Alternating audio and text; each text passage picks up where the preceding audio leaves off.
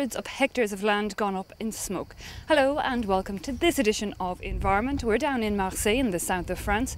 Over 1,300 hectares of land were burnt here in July. As you can see, the firemen here behind me, even days after, are ensuring that the fires don't restart, as the ground here in the midday sun can still reach between 60 and 70 degrees Celsius. Hard then for any animal or plant life to survive or regenerate. And France isn't alone. Indeed, flames have licked countries across the Mediterranean.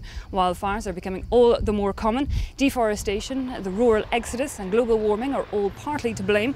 The result is a cloud of CO2 being released into the atmosphere and sterile soils. We'll be looking at that in close detail in this edition before travelling to Kenya and looking at the green heart, which has contracted by 30% since the early 90s.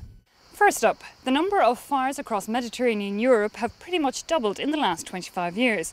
One of the reasons behind this is human activity. As you can see behind me, there's houses speckled all along the edges of this forest. Let's take a look now at the biggest blazes in recent years, why they started and how they were able to wreak so much havoc.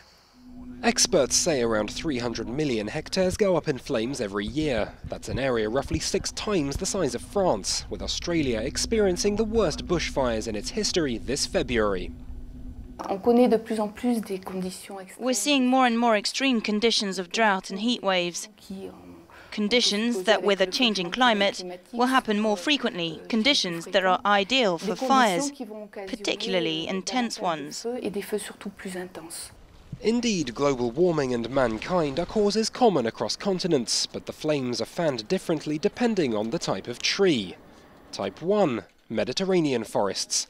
2 years ago, Greece was set alight with a devastating wave of forest fires. The blaze spread fast due to a combination of gale-force winds and dried-out vegetation. Mediterranean forests are fragile because of the rural exodus. Agricultural fields that once acted as natural barriers to break the fire's force are left bare, and the dry abandoned grounds provide a perfect stoking ground. Tropical zones, however, have the opposite problem. There, agricultural lands are spreading, and so are the fires.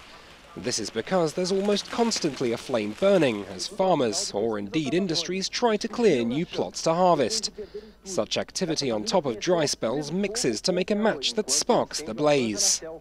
Finally, the third type of forest is the boreal forest, found all around the northern hemisphere. Like in Canada, for example, where in 2003 they suffered their worst fire season to date. Boreal forests are less surrounded by dense populations, and are therefore less sensitive to human activity.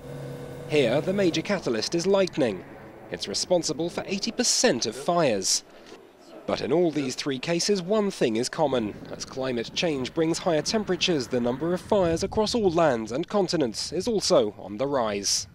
There are ecosystems that can tolerate fires, and even a few that need a moderate amount in order to maintain their productivity and biodiversity. But as you've seen in recent years, fires have gotten somewhat out of control. One must remember that for every tree burnt, it releases the carbon dioxide it stores, and the blackened soils produce very little living material. Greece, Spain, Italy and France. Fires have blazed up all over southern Europe this summer. But as the forests burn, the carbon they contain is emitted into the atmosphere. Wildfires release millions of tons of carbon dioxide, and it's a major contribution to global warming. A 2008 study by the American National Center for Atmospheric Research showed that such fires could also raise levels of ozone at ground level. It's a major air pollutant and harmful to humans, animals and plants. But the ecosystem is harmed in other ways too.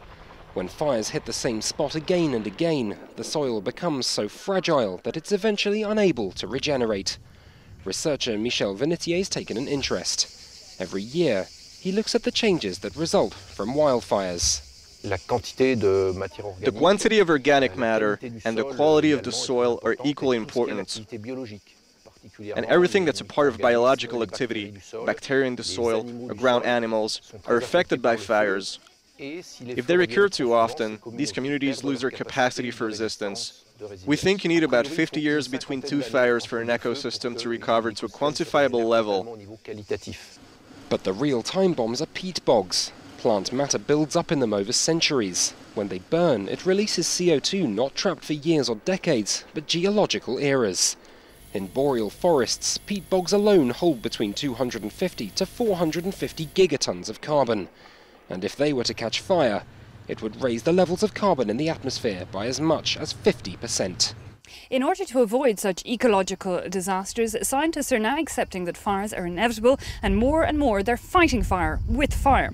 That is, they're burning large swaths of land in controlled circumstances, mostly in winter, so that when the spark of destruction looms, it has less food to feed on.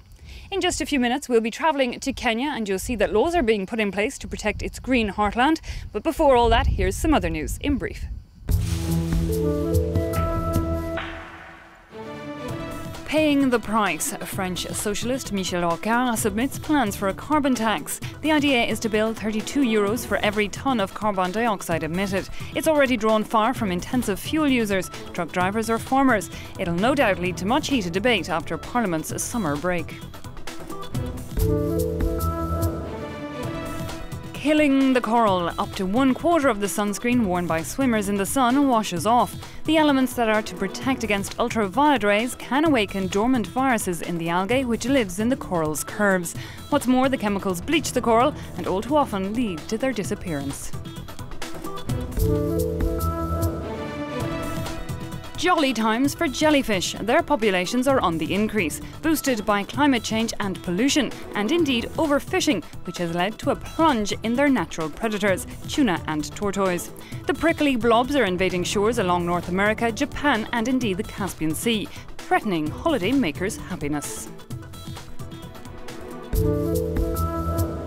To the Mau forest now, Kenya's green heartland, which is currently under attack, and the government is enacting a law that will oblige all landowners to plant trees on at least 10% of their holdings, no matter what the size.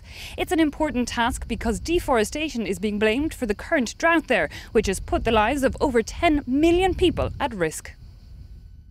The Mau forest spreads across the Rift Valley. It's home to the Ogiek tribe, a community of hunter-gatherers who are among the first to suffer from its destruction. Our life has changed a lot. Now we cannot hunt and collect honey like we used to. It's all gone. In recent years, some 40,000 settlers have cleared cedar trees to make way for farm plots. The misallocation of land by Kenya's former regime, coupled with decades of illegal logging, means that the country's green heart is contracting at an alarming rate. Initially it was over 400,000 hectares, but since then we have lost like 50% of the forest. This over-exploitation will have heavy consequences for Kenya. The Mau forest is the country's most important water catchment area. This swamp is the source of 7 rivers that drains to Lake Nakuru, Lake Naivasha, Lake Bogoria, Lake Baringo, and of course Lake Victoria. The famous Masai Mara Reserve, for example, depends on the rivers that run from the Mau forest. The declining water reserves and current drought could put the lives of some 10 million people at risk. Conscious of the crisis, the current government has recently set up a special task force to protect the forest, and indeed is enacting a law to oblige people to plant trees. Well, it's just outside Aix-en-Provence, and in front of this fragile pine forest, often immortalised by Cézanne, that we're going to have to leave you. That's it for this edition. See you next week.